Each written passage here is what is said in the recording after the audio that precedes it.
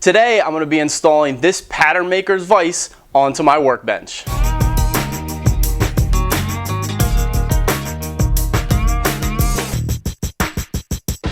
Now this is a pattern maker's vise, which is a really cool, super versatile vise.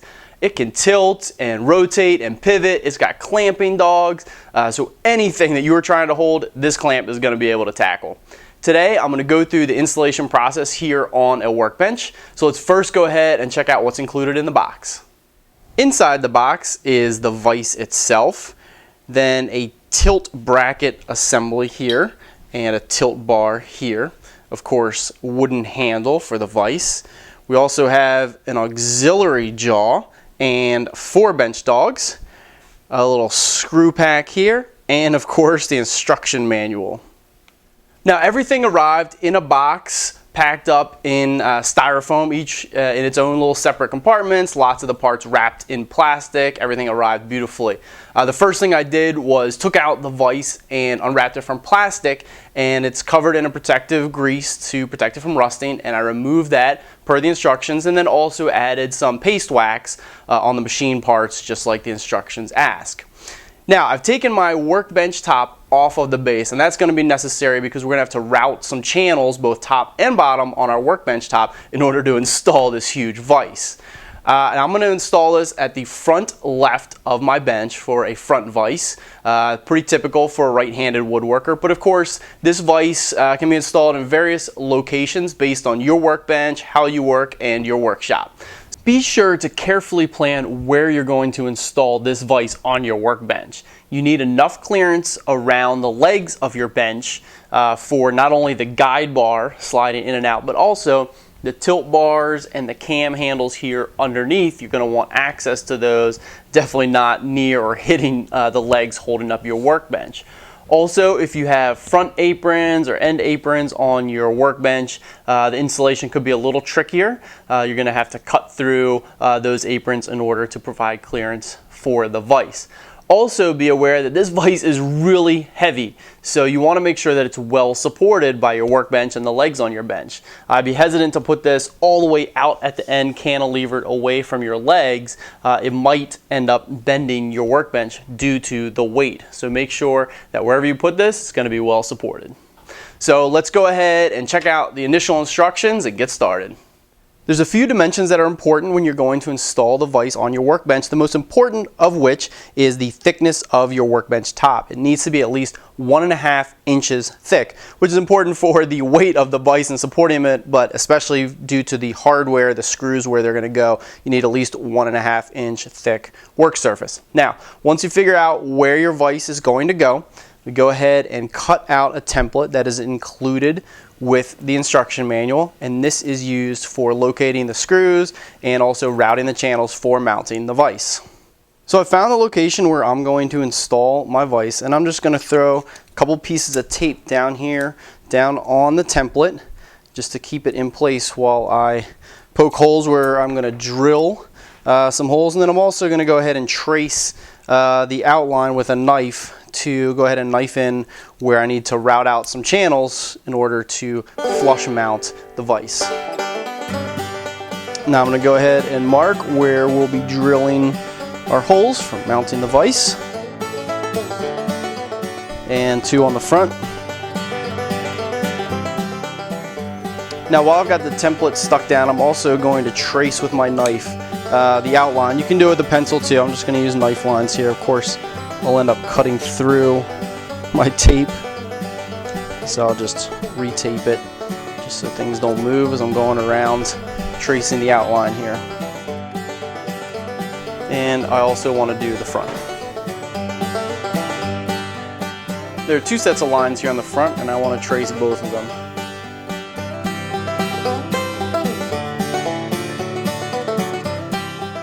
After removing the template, I'll go ahead and first drill the pilot holes and then the through holes that we marked.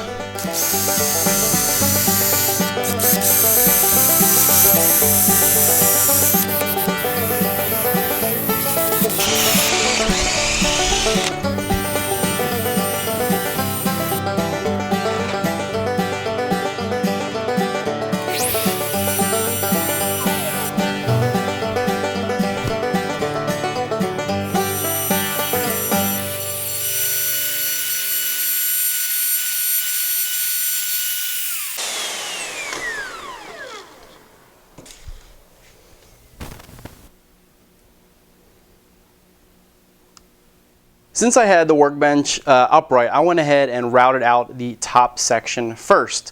3/8 of an inch deep, and then following the template lines that I scored onto the top. I went ahead and just freehand routed out this section in a couple of passes, going deeper and deeper to get to my 3/8 depth. And just getting right up, close to my layout lines. Definitely not perfect doing it freehand, but it's not a big deal. It doesn't have to fit, super snug. You just have to get it in there and be relatively close. Of course, if you're going to freehand route, be very careful with the way your bit is going, etc. Use all your safety precautions. You can also do this by hand. You could do a chisel and go ahead and remove the material that way. You could also use guides for your router to get a nice, clean, straight edge. However you want to do it, just get the material out of there. I've now flipped my workbench over, and you can make out the lines here that I scored on the front to mark where we need to route channels on the underside here for the vise hub and square beam to ride underneath of the workbench. Now we need to route a channel 16 inches deep, so I've got a longer straight edge here. I'll just line it up with the mark I just knifed, and just use a pen and run it all the way back 16 inches.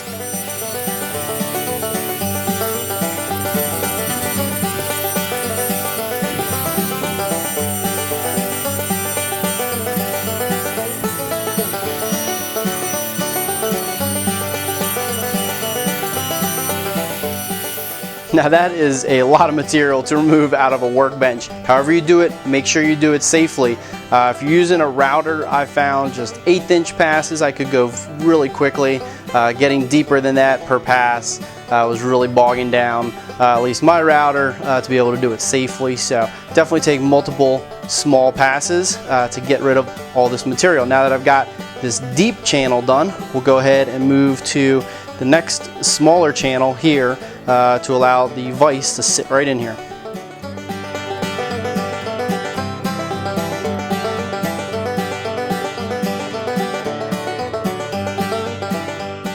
Again, I will use the mark along the front for setting my bit depth, and go ahead then take light passes to remove the material.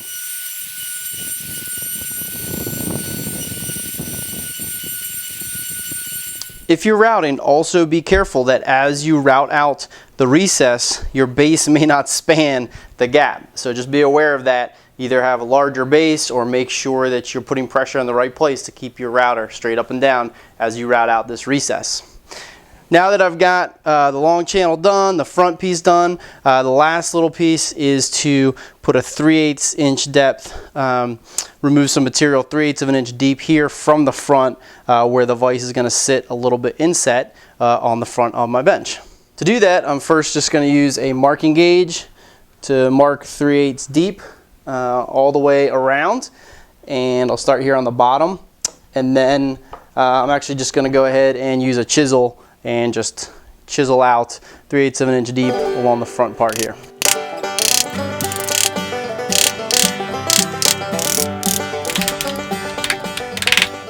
Now I've got it right side back up, and we'll just finish it off here at the front. So I've now routed out and chiseled the front everywhere that the instructions say to remove material from the workbench.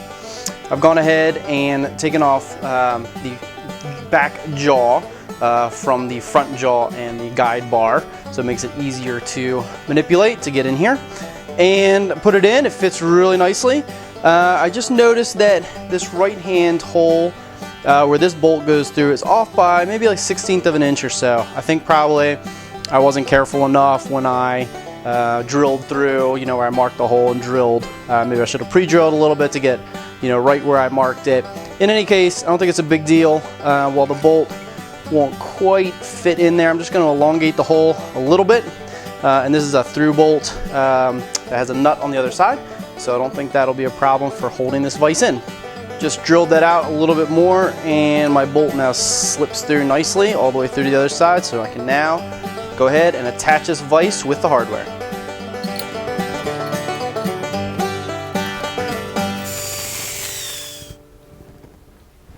I'm now ready to put the handle into the vise. Just pop the knob off, Pop it on, and it comes with a single screw. Just threads into the end.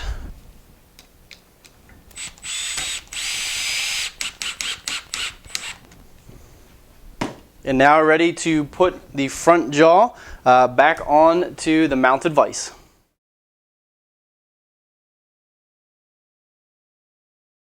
Now we're here underneath on the left side of the vise, and I'm going to install the tilt bar, which simply slides onto this stud, and putting in the cotter pin here. And I'll go ahead and just bend that a little bit to keep that stud on here on the vise. Now we're still here at the underside of the bench, and we're going to mount this tilt bracket assembly, which is a locking lever that locks the tilt bar in for tilting our vise. So simply want to slide on the bracket onto the tilt bar that we just mounted, and then we're going to mount this here to the underside of the bench. Now we're going to mark 3 3/4 back from the front of the bench, and that's where the front of this bracket assembly gets mounted. You also want to make sure that the tilt bar is parallel to your guide bar, so as you slide the vise in and out, nothing is getting jammed up. Once you've got it in place, go ahead and drill and mount it with the screws. We're good to go. Once you have the tilt bar installed, please make sure that every time you're going to release the cam lever, you are holding onto this vise. It weighs a ton, and if you release this cam without holding on, wham, that is going to come flying down. Well, I'm all out of parts, and luckily the whole thing is now installed. Really cool vise, of course, jaws open and close to secure your work pieces or whatever, but it also tilts up and it rotates. Really cool pattern maker's vise. The installation was pretty straightforward.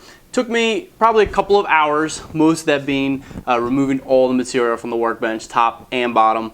The routing was definitely a good way for me to go. It was fast and easy. I think using a chisel would have taken me a lot longer. Also, I like that the router depth is set, so I have no issues with the depth. This plate is pretty much perfectly aligned with the surface, maybe slightly below. Following the instructions, very straightforward. All the markings were really easy to transfer using the template, top and bottom, and the front, and everything fit pretty much right away. I just had that one issue with the hole, no big deal. Definitely following the lines. It's not exact, it's not a flush, really tight fit. Part of that has to do with freehand with the router, but also the template is just slightly oversized, which is good, so you don't have any issues when you go to install this on the workbench. You're not fiddling, trying to get a really snug fit or whatever. If you follow the layout lines, transfer those lines, you'll end up with a little bit of gap, which makes installation go really easy. And I think after a day or two, you won't even notice that it's a problem at all. So I look forward to walking through all the uses of this vise in another video, all the procedures for using it, all the different ways that you can use it. But this was just a quick video on the installation and how that goes for putting this vise onto your workbench.